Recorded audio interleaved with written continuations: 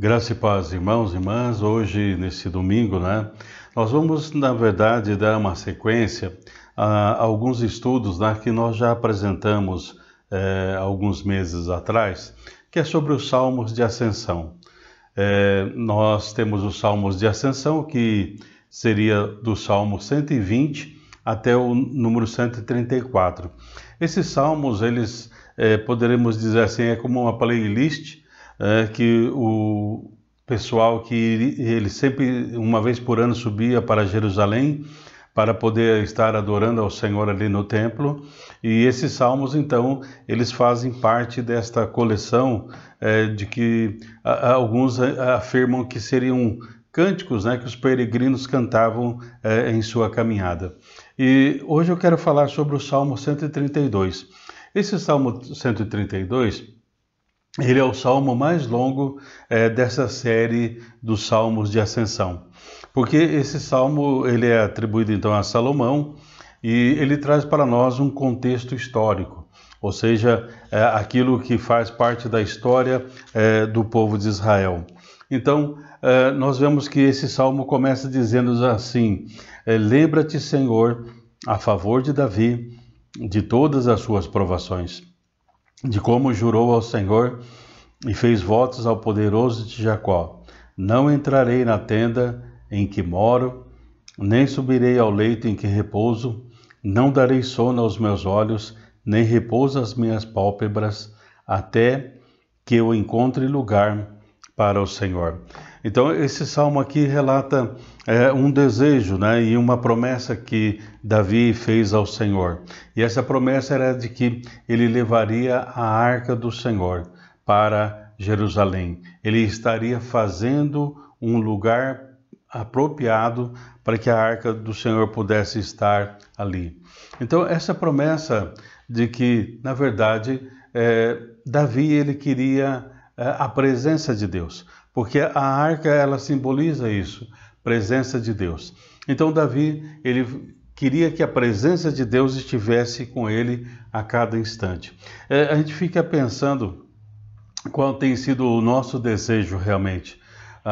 Algumas indagações seriam necessárias para que pudéssemos responder qual é realmente o nosso desejo. Alguém um dia fez uma pergunta à sua comunidade, à sua igreja, e disse assim: por que nós estamos vindo à igreja domingo após domingo? Será que é por uma obrigação? Ou será que realmente nós temos aqui o desejo de adorarmos ao Senhor? Então, o salmista aqui, ele coloca que desde o início, a ida até Jerusalém, ou esse ir a Jerusalém, não era apenas um ritual, não era apenas uma obrigação que cada judeu tinha, mas era realmente um motivo que iria extrapolar a questão da tradição, ou seja, estar adorando realmente ao Senhor. Ou seja, aqui nós podemos dizer assim que é a busca pelo próprio Senhor. Não é simplesmente uma busca para obter algumas coisas do Senhor, mas era para estar realmente na presença do Senhor. Esse então era o voto de Davi. Ele queria encontrar um lugar para a arca. Como eu disse, a arca nós temos que entender como sendo a presença de Deus. Desde o momento que nós lemos lá no livro de Êxodo, no capítulo 25, ali versículos 21 e 22, nós vemos que em cima da arca, podemos dizer assim, é como se fosse uma tampa, esse lugar em cima da arca chamava-se propiciatório, que era onde estavam também os dois querubins, um voltado para o outro. E aí então algo nos chama a atenção nesse capítulo 25 de Êxodo, quando fala da arca, a arca da aliança. Primeiro, no versículo 22, o Senhor diz assim: ali virei a ti. Então, quando Davi quer trazer a arca do Senhor para Jerusalém, esse é o desejo e esse é o voto, ele diz que não vai descansar até que isso esteja acontecendo, porque ele, na verdade, ele quer a presença do Senhor. E ele sabe que a arca, na verdade, simboliza a presença do Senhor. Então, eu fico pensando, será que nós almejamos assim como Davi? Davi diz que não vai dar descanso aos seus olhos, que ele não vai dormir, que ele não vai descansar, até que a presença de Deus se torne uma realidade na sua vida. Também, nesse livro de Êxodo, aí no capítulo 25, que nós estamos citando, nos versículos 21 e 22, além do Senhor vir ou manifestar a sua presença, também nós vemos que o Senhor diz assim, ali eu falarei contigo. Então, o desejo de Davi de trazer a arca é trazer a presença do Senhor. E aí então também ouvir o Senhor. Ele estava dizendo, Senhor, eu quero te ouvir, fala que o teu servo ouve. Da mesma forma, vamos dizer assim, como Samuel aprendeu isto, nós vemos que Davi tinha esse desejo de que o Senhor falasse ao seu coração, porque a palavra de Deus, ela gera vida. A palavra de Deus traz para nós realmente a abundância que há no coração de Deus. Na palavra do Senhor nós temos realmente a separação do dia e da noite, nós temos separação de águas, nós temos a ordem que é trazida para aquele caos que existia no momento. Mas mais do que isso, nós temos então a presença de Deus, nós temos o falar de Deus. E Davi, nesse Salmo 132 aqui, é essa ideia que está sendo passada para nós, o desejo do coração de Davi. E aí também, voltando agora a Êxodo 25, diz assim que o Senhor iria mostrar os seus planos e as suas ordens para o povo de Israel. Então, mais do que sinais, Deus iria revelar para Moisés o seu plano, a sua ideia, os seus pensamentos, que são realmente mais altos do que os nossos.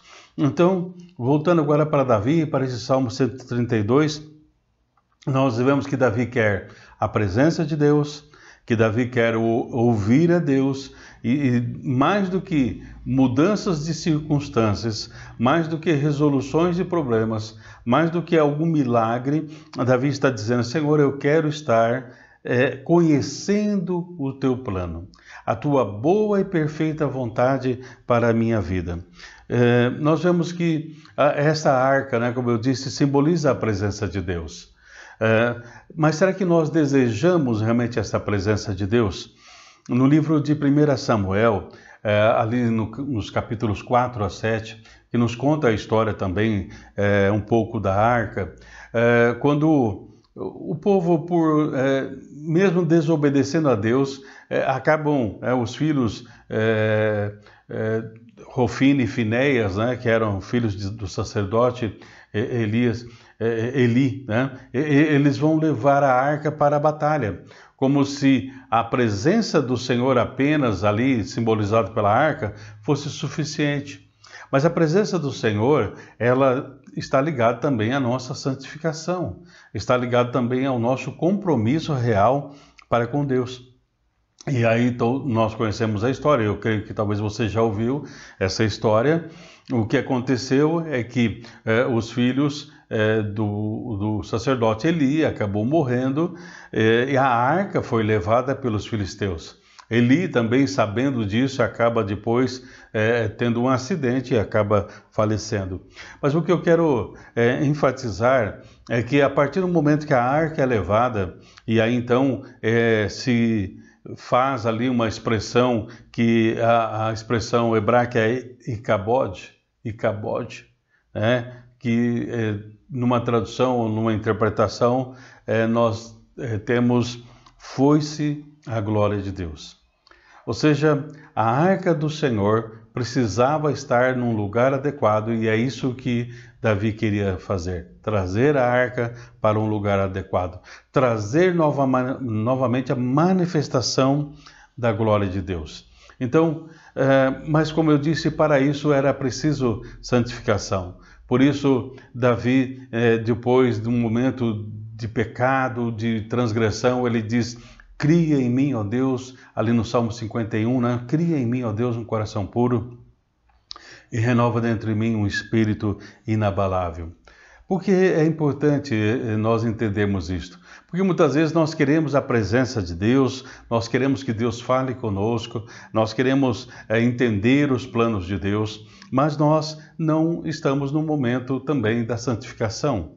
Ali no livro de Hebreus, capítulo 12, verso 14, diz assim: segui a paz com todos e a santificação, sem a qual ninguém verá o Senhor. Então nós precisamos, se queremos realmente trazer a arca de Deus, trazer a presença de Deus para as nossas vidas, para a vida das nossas famílias, para a vida da nossa igreja, para que nós possamos ouvir ao Senhor, para que nós possamos realmente entender a sua doce, perfeita vontade para nós, se faz necessário realmente nós estarmos nesse processo de santificação, porque aqui diz que sem santificação ninguém verá o Senhor. Esta era a promessa que Davi tinha feito para o Senhor. Era um voto que Davi tinha feito para o Senhor, ou seja, trazer a arca para a casa do Senhor, fazer uma casa para Deus, para que a presença de Deus pudesse estar ali constantemente. Então, nós vemos assim, podemos dizer que a ideia básica desse sentimento de Davi era a fome da presença do Senhor. Temos fome realmente da presença do Senhor? Deus tem sido prioridade para a nossa vida. E para que então Deus seja prioridade nas nossas vidas, será que nós estamos buscando realmente uma pureza diante do Senhor? E aí então Davi, diante da fome que ele tem de Deus, ele busca a santidade, ele busca trazer a arca, ele busca realmente a presença de Deus em todos os momentos. Então esse é o primeiro aspecto, não é, desse salmo. Mas nós temos ainda um outro aspecto que agora não é mais agora a promessa de Davi ou o voto de Davi. Mas a partir do versículo 11, nós lemos que agora o Senhor vai fazer uma promessa, vai trazer algo para a vida de Davi. Então no versículo 11 diz assim: o Senhor jurou a Davi com firme juramento e dele não se apartará. Um rebento da tua carne farei subir para o teu trono, se os teus filhos guardarem a minha aliança e o testemunho que eu lhes ensinar, também os seus filhos se assentarão para sempre no teu trono, pois o Senhor escolheu a Sião, preferiu-a por sua morada. Este é para sempre o lugar do meu repouso, aqui habitarei, pois preferi. Abençoarei com abundância o seu mantimento de pão, fartarei os teus pobres. Então aqui nós temos também vamos dizer assim, uma contrapartida. Quando eu realmente faço um voto, quando eu desejo realmente, né, a presença de Deus, Tiago diz: achegai-vos a Deus, ele se achegará a vós. Então foi isso que aconteceu. Davi se achega a Deus e Deus se achega a Davi. E então a promessa do Senhor é de que não faltaria nenhum herdeiro para Davi no trono, ou seja, continuamente haveria um herdeiro de Davi no trono de Israel. E sabe, talvez você tenha pensado o seguinte: Deus tem sempre algo melhor para nós. E Davi talvez pensou assim: então eu vou ter sempre um herdeiro e haverá sempre um rei que é da minha linhagem em Israel. Se nós pensarmos hoje, e se você olhar para a história de Israel no presente momento, Israel hoje não tem um rei. Israel tem um primeiro-ministro. Então, será que a promessa de Deus não foi cumprida? Será que Davi procurou fazer a sua parte, mas Deus não fez a parte dele? Muitas vezes nós temos essa ideia de como se nós fazemos algo, mas Deus não está fazendo a parte dele. Mas nós temos que entender o seguinte: primeiro, nós estamos chegando aqui, né, num período, né, do Natal, e no Natal nos lembra uma ideia de que a glória de Deus veio a este mundo. Jesus, ele é aquele que veio para trazer e manifestar a glória de Deus. No livro do Evangelho de João, no capítulo 1, versículo 14, diz assim: o Verbo se fez carne e passou a residir entre nós. Observamos sua glória, a glória como o Filho unigênito do Pai, cheio de graça e de verdade. Então, Jesus, hoje, podemos dizer assim, que ele é a nossa arca. Ou seja, porque ele traz a presença de Deus, ele fala conosco e ele revela para nós os planos do Pai. E tudo isso foi consumado na cruz. Ou seja, quando Jesus ele morre e ressuscita e ele diz está consumado, ele traz para nós esta realidade. Por isso nós lemos ali no livro de Apocalipse, no capítulo 5, verso 12, diz: o cordeiro que foi morto é digno de receber poder, riqueza, sabedoria, força, honra, glória. Ele foi morto, mas ele ressuscitou.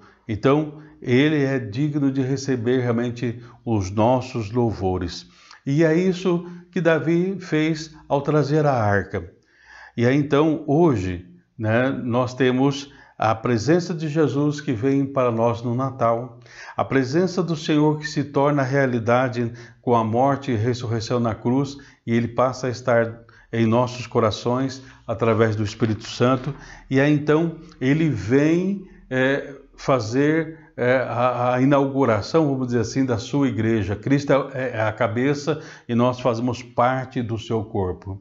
Mas o que isso tem a ver com as promessas de Deus para Davi, de que não faltaria herdeiro? Como eu disse, Deus sempre tem algo melhor. Muitas vezes nós pensamos de uma maneira, mas Deus tem um plano muito maior.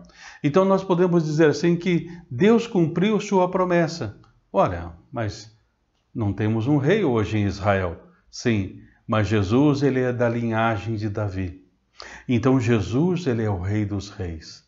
Então, assim como Davi queria fazer uma casa para o Senhor, e depois nós vemos que realmente houve uma manifestação e uma, vamos dizer assim, providência de Deus para que isso acontecesse, e isso vem acontecer com Salomão.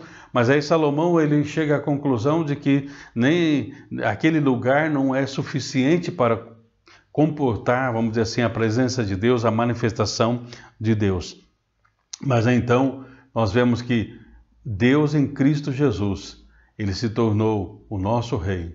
Por isso que, de uma certa maneira, até jocosa, mas foi revelado ali na cruz, quando se colocou ali no alto da cruz, aqui jaz o rei dos judeus. Aqui está o rei dos judeus. Em várias línguas estava escrito isto, ou seja, através de Jesus Cristo, povos de todas as línguas, raças, nações se tornam agora um só, na presença do grande rei, que é o Rei Jesus. Então, podemos dizer sim que Deus cumpriu sua palavra para Davi e muito mais, porque nós agora temos também Jesus como o Rei dos Reis. Quando nós lemos ali no livro de Apocalipse, no capítulo 19, os versículos 11 a 16, nos diz isso. No finalzinho, que é o versículo 16 aí de Apocalipse, do capítulo 19, diz: ele tem um nome escrito em seu manto e em sua coxa, Rei dos Reis e Senhor dos Senhores. Ou seja, Jesus agora ele tem toda a autoridade no céu e na terra. Ele não é apenas agora o Messias de Israel, ele é o Messias da igreja, do universo, vamos dizer assim, ele é do mundo inteiro. Então, Davi pôde então ter a sua promessa cumprida em Deus, porque Deus não é homem para mentir, nem filho do homem para que se arrependa. Então, tudo isso começou por quê? Porque Davi começou a adorar ao Senhor. Davi começou a buscar o Senhor. Davi queria a presença do Senhor. E então ele pôde adorar ao Senhor. E a adoração, alguém disse que não tem a ver com as nossas circunstâncias. A adoração tem a ver com a nossa fé. Então, através da fé, Davi queria adorar ao Senhor. Ele enfrentou muitas circunstâncias adversas, mas ele pôde permanecer na presença do Senhor, e aquilo fez vamos dizer assim, uma transformação radical de todas as coisas. Então a adoração começou na vida de Davi através da fé. Mas também nós vemos que na caminhada de Davi, a adoração também buscou a fazer de Deus a sua prioridade. Fazer de Deus realmente o seu alvo principal. Se pegássemos a palavra que encontramos no Evangelho, nos diz buscar em primeiro lugar o reino de Deus e a sua justiça. Então podemos dizer que Davi fez de Deus a sua prioridade. Será que Deus é a nossa prioridade? E se Deus é a nossa prioridade, quanto tempo nós temos investido na presença do Senhor, em comunhão com o Senhor?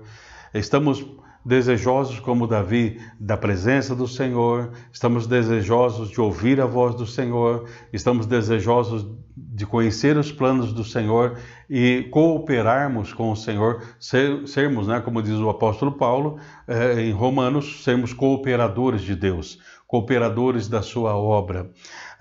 Vemos também que a adoração de Davi o levou à santidade. O levou realmente a se santificar na presença do Senhor.